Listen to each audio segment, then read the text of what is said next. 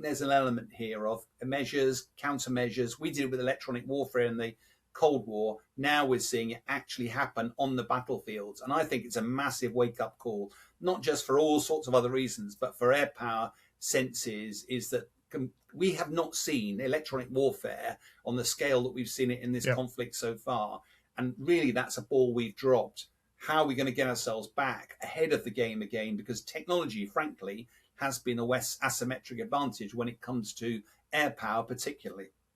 Yeah, well, the Russians are learning huge lessons out of this, and of course, then those that they're allied with, in particular, China's learning huge lessons from this. And we saw a very impressive Chinese display at one of their recent parades where they had Vladimir Putin there, and China is supporting Russia very closely. Do you think, from an air perspective, they're beta testing capability on the battlefield, and is it something that we should be worried about?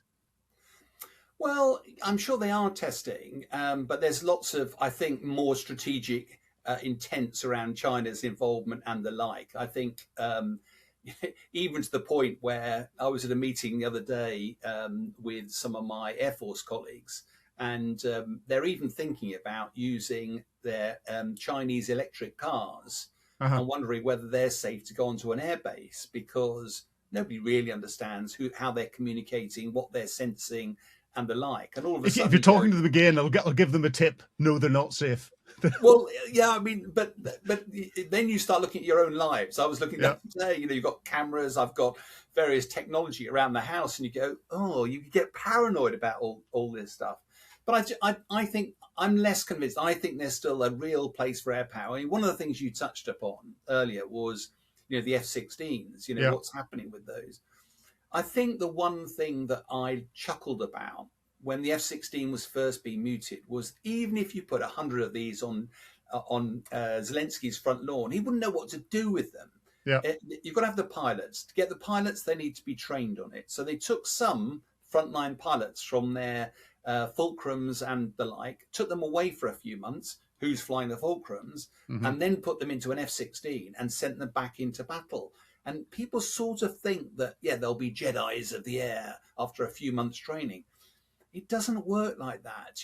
For most of our pilots, when they come out of the training school, they get combat ready on the front line. They're like a 17-year-old who's just passed their driving test. Yes, technically they're combat capable, but they're useless. They take 3 years of experience and training. Those F-16s are incredibly capable platforms, but it's how they're used. It's not just what they are. Yeah, it's the difference between operating them and fighting them, I think. No, well, exactly. And also making sure they have the right weapons and make sure the doctrine is used the right way. When I was last out, I ended up speaking to 2 of the F-16 pilots. They were tearing their hair out with frustration because they were still being used in the Soviet model of how air power is being used. Yeah. And they said, you've got one of the most capable platforms in the world. And the other frustration was, they said, we're not getting the weapons from the UK or from Europe or from America. And what we want to be able to do is bolt our own things onto the aircraft. Now, if you're back in this country, health, safety, test and evaluation, safety cases, that can often take a lot longer than actually developing a weapon. For Ukraine, they don't care. They want to bolt this stuff on, find out if it works on the front line. If it does, great. And I think that's the dichotomy at the moment, that the Lockheed Martin, who make the F-16, they're worried about their credibility and the warranty if people just start bolting stuff onto it. Ukraine are going, we just need to see what the wiring loom does. Can we make this wire join on this pylon to this weapon? Can we fire it and see if it works? And you gave example earlier of some of these weapons being fired from trucks. It's amazing what a war will drive you to, but you have a very different approach to safety and security. So you've flown one of the most complex fighter aircraft in the world. Give us an idea as to, if someone said to you, we're going to convert you to F-16, how long would it take you before you felt equally competent to fight that aircraft? In the same way that you were competent at fighting the Harrier jump jet? Well, the short answer is it'd probably be at least a year and possibly significantly longer. Not least of which because we call them fighter jets. So from outside, they all look much the same. Yeah. But an F-16 is all really built around a radar, and modern fighter jets, it's he who sees wins. So Hmm. it's all about seeing the guy or girl, you're seeing your enemy before he sees you and getting a stick, a weapon in the air nice and early. The F-16 has a very Western style radar, not the same sort of style of radar that the Ukrainians would have been used to at all. And it's all about situational awareness, which sounds a fancy term, but it's a bit like when you first drove your car as a learner, you're looking inside the car. You're not really looking outside. You're trying to, when you change gear, oh, I've got to put my foot on the Yeah. clutch. I've got to change. It's all inside the Where's car. the clutch? Where's the accelerator? Is it, what's Yeah, the middle pedal do? yeah. And whereas now you can have a very, very civilized conversation when you're driving and be looking around. That is situational awareness. Now, if you're a fighter guy, you've not only got your eyes seeing what's going on, you've also got your ears going on, and you've also got radar and others. So building that picture is incredibly complex. You've also got Link 16, which is a way that my radar can talk to your radar, can talk to, and literally build a picture. And all of that has got to make sense to the pilot sat in the cockpit. And that's all about capacity.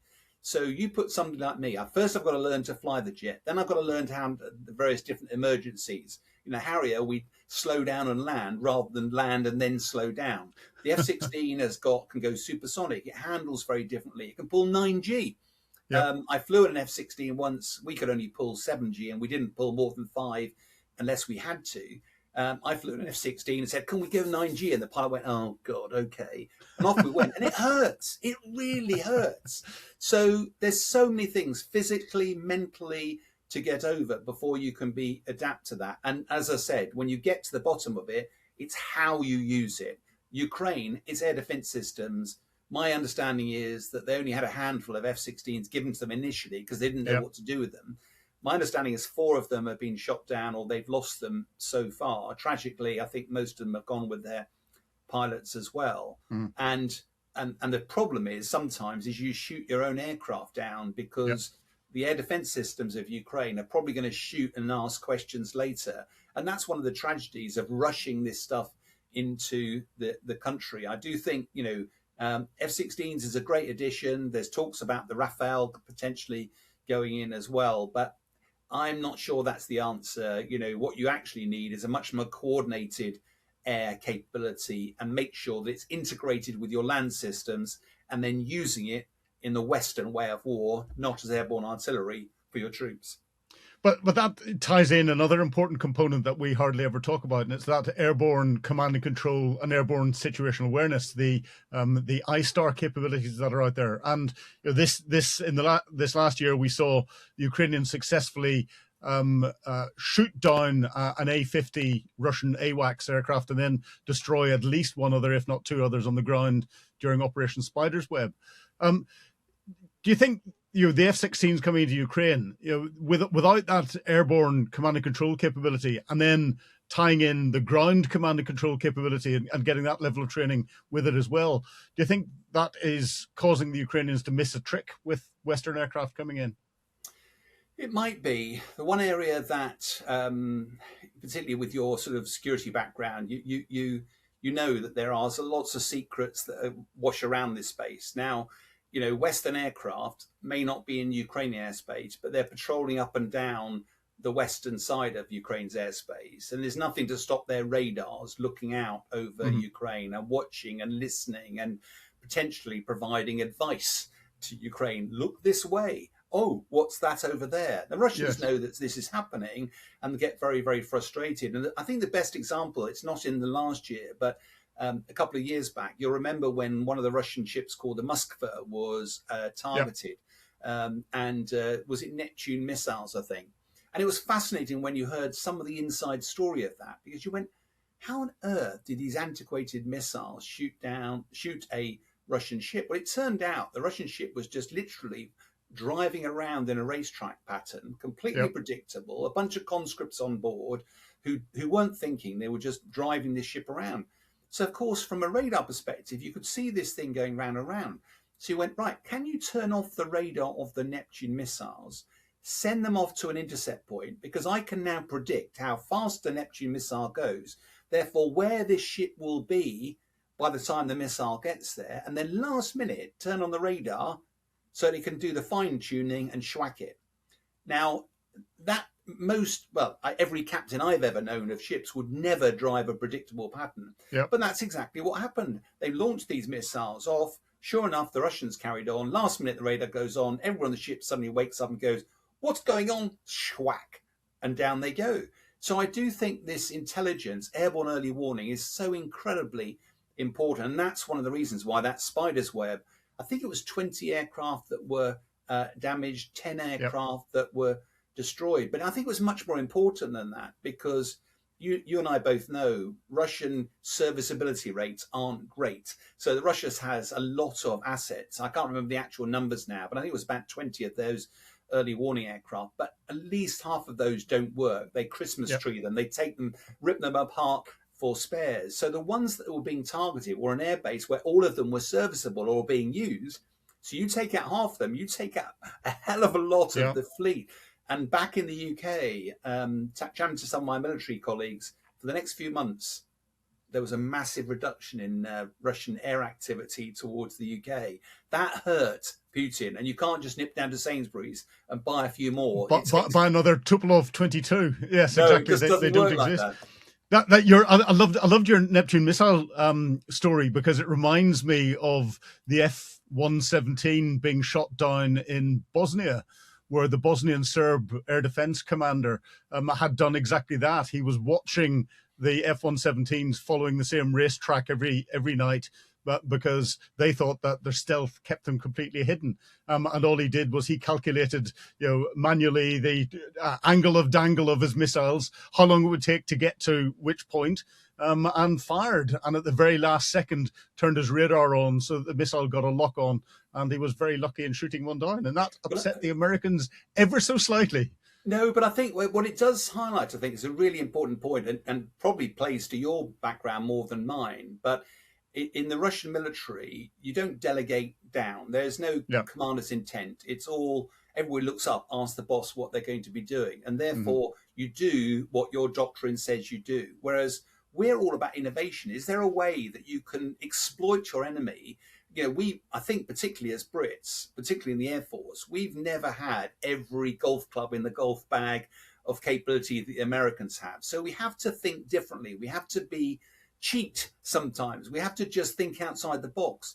And that is how you make a difference in war. And I think that's one of the things we're starting to see with Ukraine now, just starting to spread their wings a little bit. Now, whether or not we can use air power, Western air power, to try and turn the dial in the coming year, I guess we'll get onto that.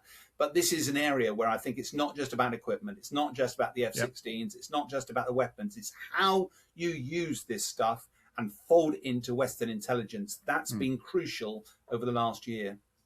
So if you were sitting down with those that are making decisions with regard to how we support Ukraine and how we help Ukraine develop its air capability over the next year, what would you be saying to them? I think one of the challenges, if you look at this grand strategically over the last year, Americans' military aid has declined to virtually zero. Yeah. America looks increasingly fragile in terms of its support and seems to be pushing Ukraine more towards a surrender. You've got European countries who have emptied their war chests and now going, war could be coming to us. We need to get more and more of our weapons stockpiles sorted. And Russia feels emboldened on the front line, seems to be pushing harder than ever. That paints a rather bleak picture. And I'm sort of left with a conclusion to that. If you continue to do what you did, you're going to get what you got. And therefore, unless the West, particularly Europe, turns the dial somehow, then we shouldn't be surprised that this will be a very difficult year for Ukraine. And therefore, a couple of things that I think we should be looking at, one of which is that no-fly zone. There's a Sky Shield was an initiative looked at. I appreciate there are loads of risks. I appreciate those people listening, watching, who'll go, that's an escalation. No, it's not an escalation. Putin is the one who escalated this by invading a sovereign country. And if we're just going to sit back and watch, Putin will take Ukraine, then where next? and there's all sorts of conjecture about where that might be, and do you want to run the risk? And therefore, what can we do to turn the dial to force Putin's hand? Because my belief, I'd be really interested in yours. My belief is Putin ain't going to stop until either he's achieved his objectives, economically he can't go on, or militarily he's stopped. And I think a no-fly zone plus us starting to give Ukraine really capable long-range weapons so they can really start to have a go at Russia's energy infrastructure, that would start to turn the dial. If we don't do that and do it soon, I think it's going to be a very bleak year for... You've been watching Times Radio Frontline with me, Philip Ingram. Now, if you want more on the war in Ukraine, please subscribe to our YouTube channel and sign up for membership to get you exclusive content and allow you to ask questions back to me. And remember, Frontline is also available in podcast form. You can listen to us wherever you get your podcasts. Just search for Times Radio Frontline.